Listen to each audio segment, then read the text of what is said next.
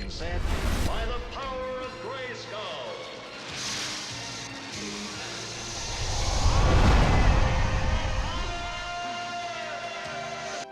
Our topic today is endurance. We will all be faced with many new... Hello, this is just a quick review on Fallout 4 for the PS4. I've always been a big fan of Bethesda. Every game they've brought out has been amazing. Skyrim was absolutely class. Fallout 3, I played that on my PS3 and I really loved it. I just loved the whole idea of it. I think that was the first time I had actually played like a PC game which had been converted to console, so I got into how in depth it was, especially Skyrim. I loved that, how you could forge your own weapons and you could do everything you wanted on that. It was customizable, it was great. This is exactly the same. Fallout 4, Bethesda, they know what they're doing. They've obviously got a lot of game fans working for them, so they know how to make a decent game. This, what you're watching at the moment, this is just as the game's installing, you get to watch like the vault, where it's like I suppose it's supposed to be like a public information film, as if you were a part of the universe, and it's just telling you about the wasteland and about some of the super mutants you'll come across and the advantages to having endurance or the advantages to having big strength or stuff like that, because you get to choose your skills at the beginning. But if you want to look more into depth about the actual game, I mean, there's a million videos on YouTube. This is just my opinion of what the game's like as a player.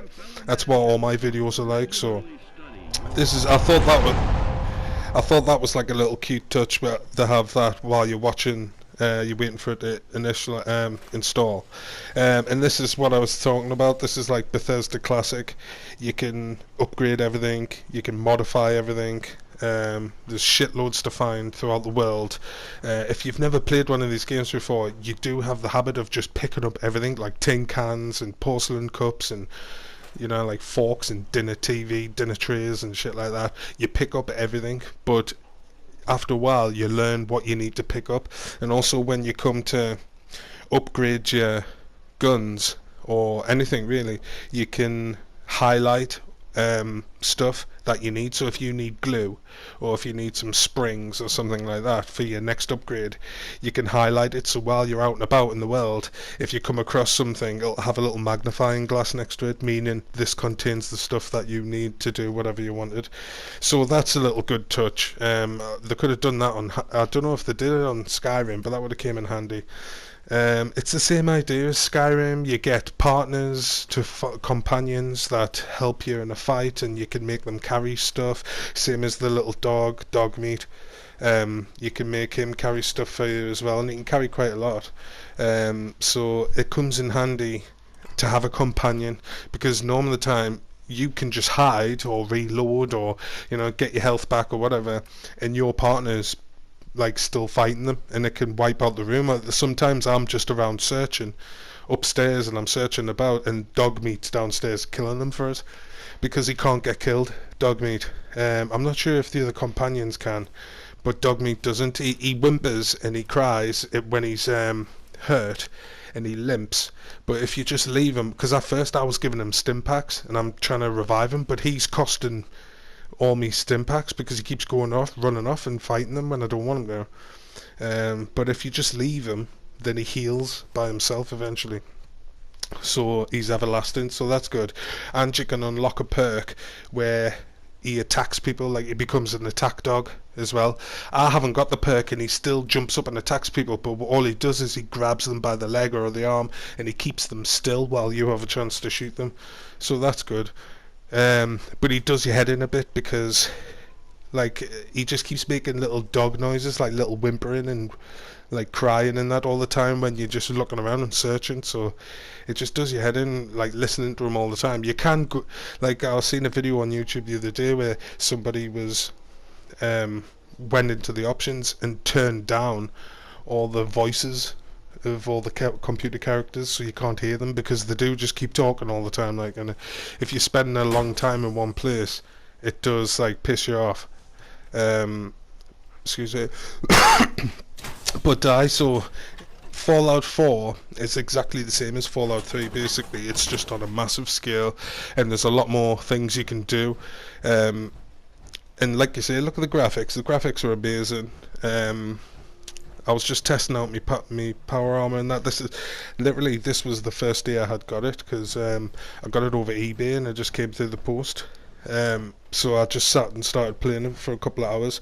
This is after I've done a few missions. You come to this, you find this settlement, and you get a chance to help the citizens, and you've got to build like towers and defenses, and you've got to build a shack with some beds in so they can sleep, and that's what they've based it around. I mean, they haven't got that in Skyrim where you can set up camps for people, and on this you have. So I do like that. It's a nice little extra touch, but again, it should be optional, because I find like you have to do it as a mission. So even if, I mean, because I'm not too fussed about it, there's loads of videos on Fallout on YouTube about Fallout where people have made these massive settlements, and they're like skyscrapers or mansions, and they've got everything. Like, I just can't be bothered.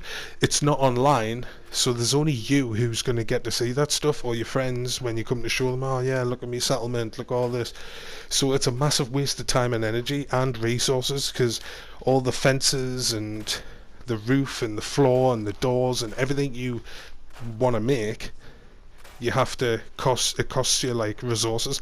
But you can go around the houses like this and just scrap everything when you're in the workshop mode, and you can just, and it tells you like 3 wood, 5 steel, or something like that. So whatever you go around, I just went around and emptied the whole town.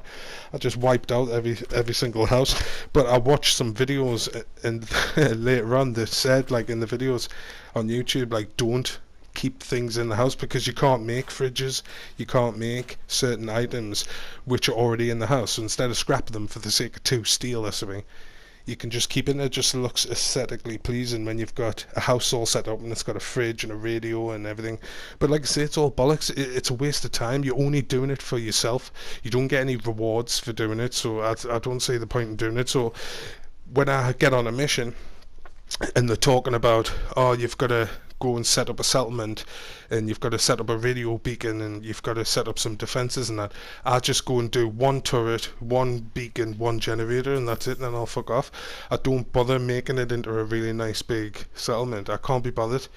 It's just optional. I like the fact it is optional, because if you had to do it, I mean, sometimes you do have to do certain things, but what I'm trying to say is you don't need to spend like hours and hours making it this class thing, because unless you're going to share it on YouTube and show other people, nobody gets to see it.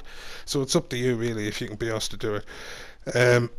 But like I say, I mean, this footage now is my first day I was playing, but I'm up to level 15 I think now, so I've only had it a couple of days. I'm really enjoying it. I've got loads of quests going, there's shitloads of the map that I haven't seen yet. You get yourself some decent weapons, and you soon learn which is your favourite. And I haven't decided whether I want to be a pistol guy or a heavy gun guy or a melee guy. I'm trying to be just a jack of all trades, but I don't think that it's not a very wise choice, because you're spreading your points out evenly means you're a low rank on everything, whereas if you just dedicate your points to one stat, you unlock more stuff a lot quicker, and you'll become more powerful that way. So I don't know, I mean, that's the beauty of it. It's up to you how you decide to upgrade, and it's up to you the kind of person you are. But I like automatic weapons. Sniper rifles are okay at range, but on this game, as soon as you sniper someone from miles away, if you don't kill them with the first shot, they'll come running towards you. So then you need to either have a bayonet on the end of your sniper rifle so you can stab them, or you need to start switching weapons and stuff like that. Whereas if you get a machine gun, you can just like hire a grenade in, try and take some damage off, get their attention, everybody comes running towards you, and then you can just stand there and just unload your gun on everybody who comes on the corner. It's the same as shotguns. The double barrel shotgun is good for that. It's only a 2-shot thing, obviously, so it reloads really slowly, but it's powerful as fuck. So, and especially if you shoot head, if you're good enough to get a headshot, because it's like a free aim, there's no locking on, so you're free aiming, and if you can get a headshot, you just blow the heads off. And I've learnt yesterday that if you've got a bayonet on your gun, or any gun, you can get bayonets on pistols or any gun really. But if you stab them in the leg, or if you stab them in the head, you like take the head off, or you take the leg off. It's like, especially the ghouls and the zombies and shit like that, they're obviously decomposing in the soft anyway, so you can just like chop his arm off with one stab. But when you're fighting humans, just go for the headshots and that. I've only came across a few beasts. I've came across that massive crab thing, one death claw, and that was a part of a mission. What else? A couple of like giant mosquitoes and shit like that. Super mutants. I'm just starting to come across super mutants now, which are kind of hard. They're just like big, massive green blokes that are hard as fuck, and most of them have got like grenades or the suicide bombers. They've got massive nuclear missiles and they run towards you, and so you shoot the missile and it blows it up. It's just class. The amount of stuff you can do on this game is amazing. That alone is about like 40 hours, 50 hours, not to mention another 40, 50 hours on the story missions. Then you've got all your side quests, not to mention just fucking about and not doing anything and just exploring. It's absolutely massive, this game, which is good because it means you're getting more for your money. It's going to take you longer to complete it. Yeah, you might be able to hammer the story missions and have nothing actually left to do, but you've still got loads to explore. Like, you find little caves, you find little secret basements, or you know, you find camps and stuff, and it's great. But it's like Skyrim. If you plan on, I would fast travel if you're trying to get something done and you want to just crack on with the missions, because I watched a few videos on YouTube and it basically said crack on with the story missions first until you get to about level 12 or 13, until you start to build settlements. Then once you've done that, then you can go around exploring, because until then you're soft as fuck and there's no point going anywhere because the enemies don't care. You know, if you're a shit level, they'll just kill you straight away. So you're best off just staying away, doing the story missions, because it gives you enemies that you can kill with the weapons that you have at that time. So just follow the story missions, do them as much as you can up to about level 12 or something, and then you can do what you want. But that's what I've done, and I'm on level 15 and I'm still following the story missions, because I want to just keep going until I feel as though I'm strong enough to go out exploring. I die quite easily, so I need you know, my health and that crap on my character. I've concentrated more into science and intelligence, so you can do modifications and stuff like that. But like I say, it's up to you the style you play. It depends the kind of gamer you are. Like my best mate, he has he's got patience, so he can stealth. He loves to stealth and just, you know, pick them off from miles away, and, you know, I mean, come in behind them and stab them with a knife and that. He loves the stealth idea, whereas I haven't got the patience for it.